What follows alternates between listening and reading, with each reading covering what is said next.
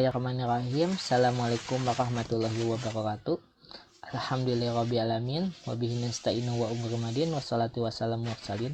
Walhamdulillahirrabbilalamin. Alhamdulillah, pada pertemuan hari ini kita akan melanjutkan kembali pada materi PAI, yaitu tentang empati dengan tema berempati itu mudah, menghormati itu indah. Anak-anak silakan sambil membuka bukunya ya, buku PAI-nya bab 8 halaman 108. Bapak akan membahas tentang bab empati ini. Apa itu empati? Empati yaitu keadaan mental ya, keadaan mental yang merasakan dirinya dalam keadaan perasaan atau pikiran yang sama dengan orang lain.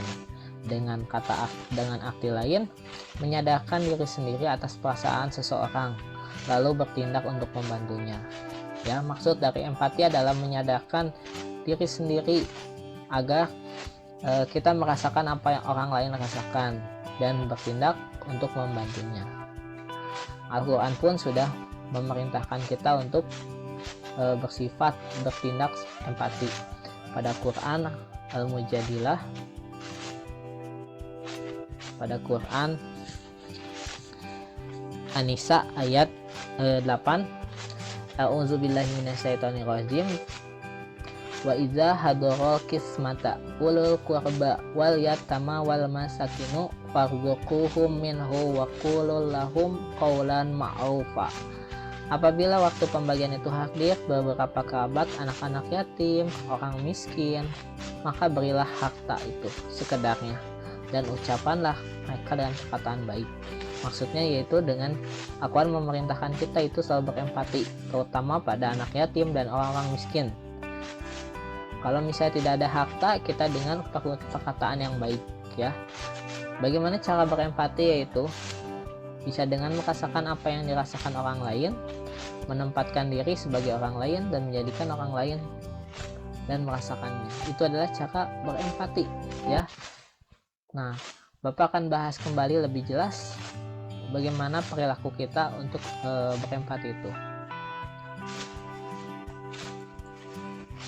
Nah, empati pada sesama Bapak bagi jadi 3. Bapak akan bahas ya.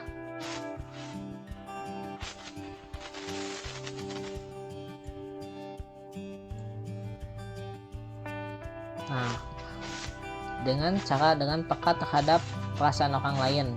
Peka itu merasakan apa yang orang lain rasakan. Ya, membayangkan seandainya aku adalah dia.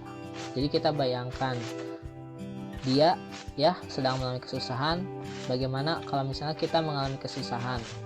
Ya, kita harus memperilaku teman kita itu sama. Berlatih mengorbankan milik sendiri. Ya, berkorban. Apa yang kita miliki kita korbankan. Yang keempat, membahagiakan orang lain. Nah, itu adalah perilaku empati terhadap sesama, terhadap teman kalian, kakak kalian, adik kalian ya. Selanjutnya kita laksanakan ya dalam menghormati orang tua. Yang pertama, perilaku menghormati orang tua ketika orang tua kita masih hidup atau ya. Yang pertama yaitu memperlakukan keduanya dengan sopan dan hormat. Katakanlah dengan perkataan yang baik. 2. Membantu pekerjaannya. Jadi di sini anak-anak kita harus saling membantu pekerjaannya orang tua. Apabila orang tua mengalami kesusahan, ya tanpa diminta kita wajib membantunya. Yang ketiga mengikuti nasihatnya apabila nasihat itu baik. Ya, jadi sebagai anak yang berbakti kepada kedua orang tua, kita wajib menerima nasihatnya dan melaksanakan nasihatnya. Tidak boleh melanggar atau membantahnya. Yang keempat, membahagiakan keduanya. Itu adalah kewajiban kita sebagai orang tua masih hidup. Nah, ketika orang tua kita sudah tidak ada atau sudah meninggal, kita wajib mendoakan setiap saat agar mendapatkan ampunan. 2. Melaksanakan wasiatnya apabila orang tua itu memberikan wasiatnya. 3. Menyambung silaturahmi dengan kerabatnya. Jadi teman-teman atau kerabatnya orang tua, walaupun sudah orang tua kita sudah tidak ada, tetapi silaturahmi kita harus tetap berjalan dengan harus tetap berjalan ya, tidak ada putus silaturahmi. Yang keempat, menjaga nama baik orang tua dengan cara kita selalu berperilaku baik agar orang tua kita namanya tidak orang tua kita tetap namanya bertindak baik ya di hadapan masyarakat ya. Ini adalah ada video Nusa dan Kakak, contohnya bagaimana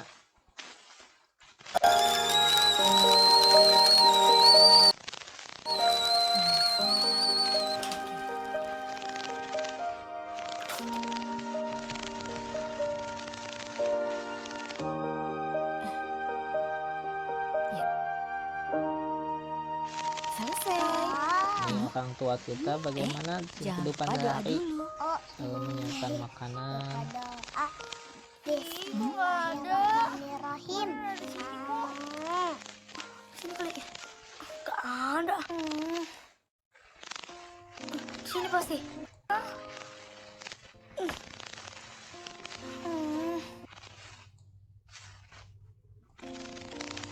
Mana sih?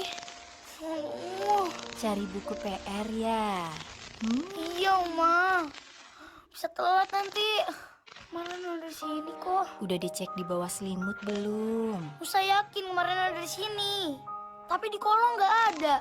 Di meja belajar juga nggak ada. Di tas juga nggak ada. Tuh, nggak ada. Tuh kan, Nusa itu nggak sabaran sih. Uma tuh kayak peta, penunjuk arah. Hafal semua letak barang-barang di rumah ini. Tapi kalau udah nasehatin kita, ngomongnya panjang.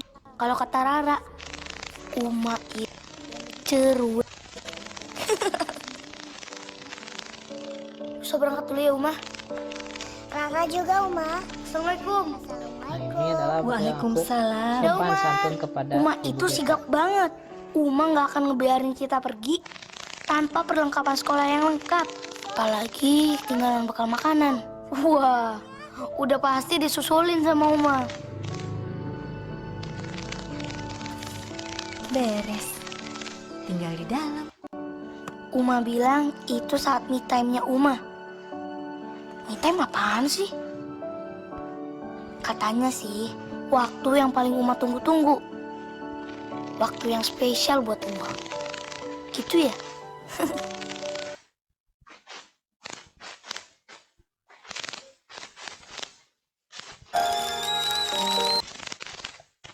Yaitu berbakti kepada guru ya, karena ada ayat yang menjelaskan, penggalan ayat menjelaskan yarfa'ullahu allazina amanu minkum wallazina utul ilma darajat wallahu bima ta'maluna khabir. Niscaya Allah akan mengangkat derajat orang yang beriman, diantaranya orang-orang yang diberi ilmu beberapa derajat, dan Allah maha teliti apa yang kamu kerjakan. Surat Al-Mujadalah ayat 11. Jadi pada ayat ini Allah akan mengangkat derajat orang-orang yang diberi ilmu beberapa derajat. Nah, bila mana Allah sudah mengangkat derajatnya, kita harus berterima kasih kepada guru kita yang membantu kita untuk mendapatkan ilmu ya. Cara berbakti kepada guru yaitu dengan yang pertama mengucapkan salam apabila bertemu ya. Kalau misalnya lagi PJJ ini bisa melalui media sosial apabila ada keperluan. Yang kedua, memperhatikan apabila diajak bicara ya. Jangan sampai guru kita itu bicara kita melihat kemana aja, tidak memperhatikannya. Yang ketiga, rendah hati dan sopan menghargai kepada guru-guru. Jadi harus rendah hati dan selalu sopan dimanapun orang guru itu ada, walaupun bukan di sekolah saja ya. Yang ketiga, yang keempat, melaksanakan nasihatnya. Apabila nasihatnya baik, kalian laksanakan, karena guru kalian adalah yang memberikan ilmu. Tanpa ilmu, ibadah kita pun tidak akan diterima, seperti pada bab 6 ya. Yang kelima, melaksanakan tugas belajar dengan ikhlas. Ya, jadi jangan sampai belajar kita itu mengharapkan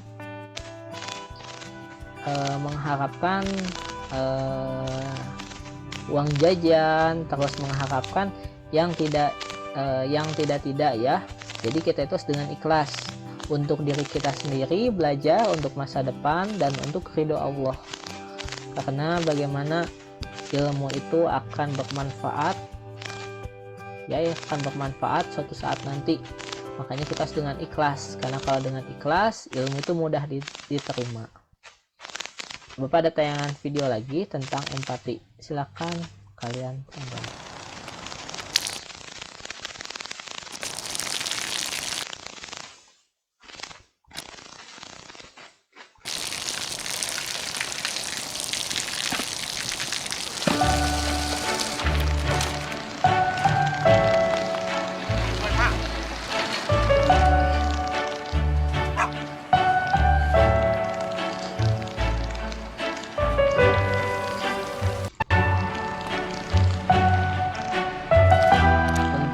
Sekolah ya, ini mengemis itu dengan tulisan untuk sekolah anaknya.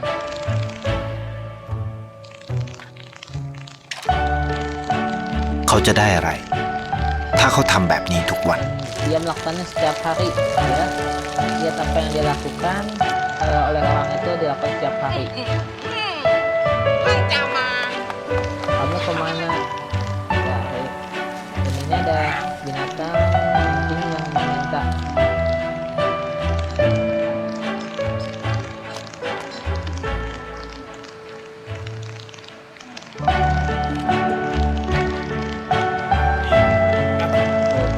Berikan เขาจะไม่ได้อะไรเลย berikan ya.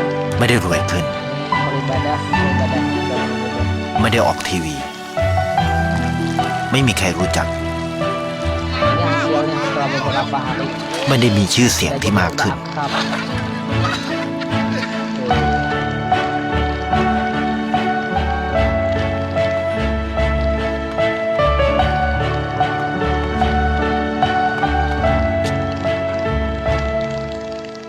Nah, anak tadi kemana? Nah, anak tadi itu udah sekolah.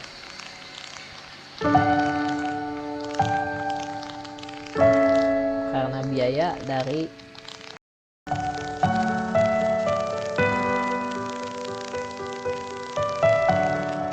ได้เห็นความสุข dia selalu membantunya.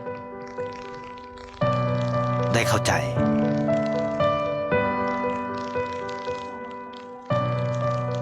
Ini ketahuan ได้ความรัก perasaan dan cinta. ได้ในสิ่งที่เงินซื้อไม่ได้ Nah, tadi pohon tadi ditumbuhkan. ได้โลกที่สวยงามกว่าเดิม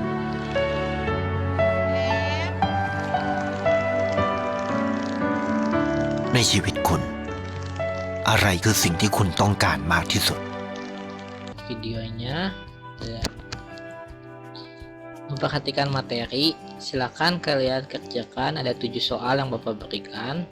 Tulis di buku tulis dan fotokan, kirim ke Classroom. Untuk nomor 7, ini adalah bentuk kalian berempati di lingkungan rumah. Setelah ini ya, bila ada pertanyaan silakan tanyakan langsung ke Bapak, boleh di Classroom, boleh di YouTube. Bapak cukupkan saja. Mohon maaf bila ada kesalahan. Wabillahi taufiq hidayah. Wassalamualaikum warahmatullahi wabarakatuh.